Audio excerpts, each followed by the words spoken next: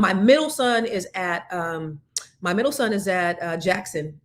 In fact, he was actually going to come home and do something different, but I'm sending him back to Jackson on Wednesday. So he's going to complete his sophomore year at Jackson University.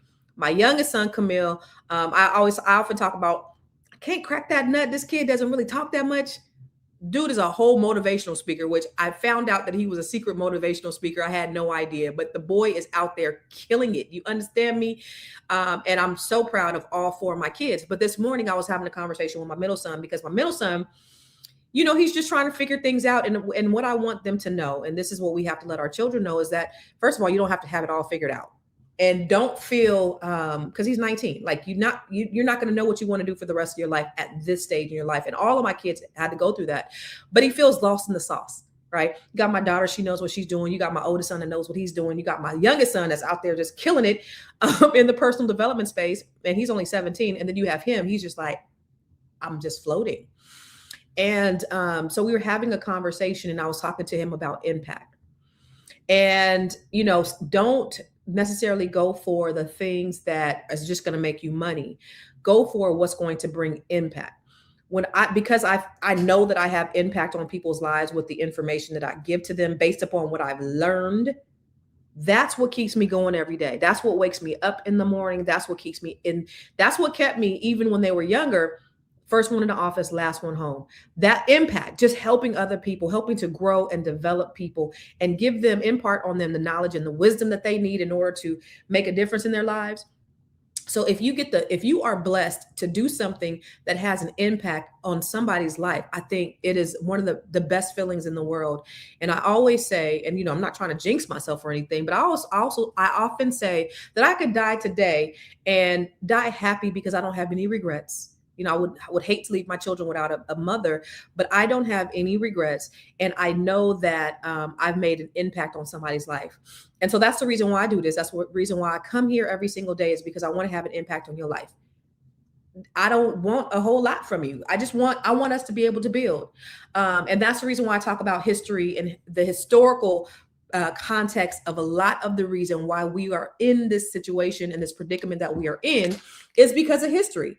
And so that's the reason why I try to teach those things. But also, I want to let you know what's going on today, because preparation is power. You got to know what's going on. It's a lot of corruption, y'all. It's a lot going on in it's a lot going on in the federal government, and oh my God, well, ICE, and it's some bullshit out there. It's some bullshit, but we have to figure out how to position ourselves to maybe take advantage of some of the things. I saw last night before I went to bed, and this is the reason why I wanted to talk about this today, is they're filing charges against Jerome Powell, who is the Federal Reserve Chair.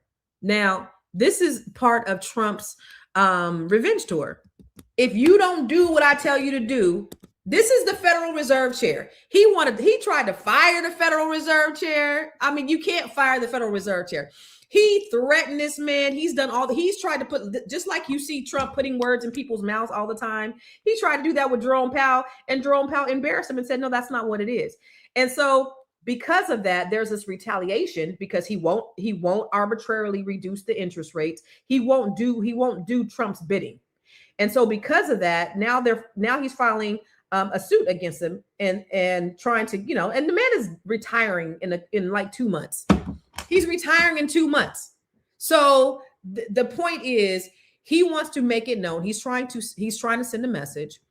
And so whoever, because the Federal Reserve is an independent, he cannot control, it's independent, right? It's independent from the White House. He can't fire anybody. What he can do is appoint. And so what he's already doing is he's vetting someone that he can appoint that's going to do his work. Now, interest rates are high. Why are interest rates high? Interest rates are high after COVID. So what happens is inflation happened. So when you have inflation, interest rates have to elevate in order for you to curb inflation. But right now we got inflation high. We have interest rates high. Everything is high.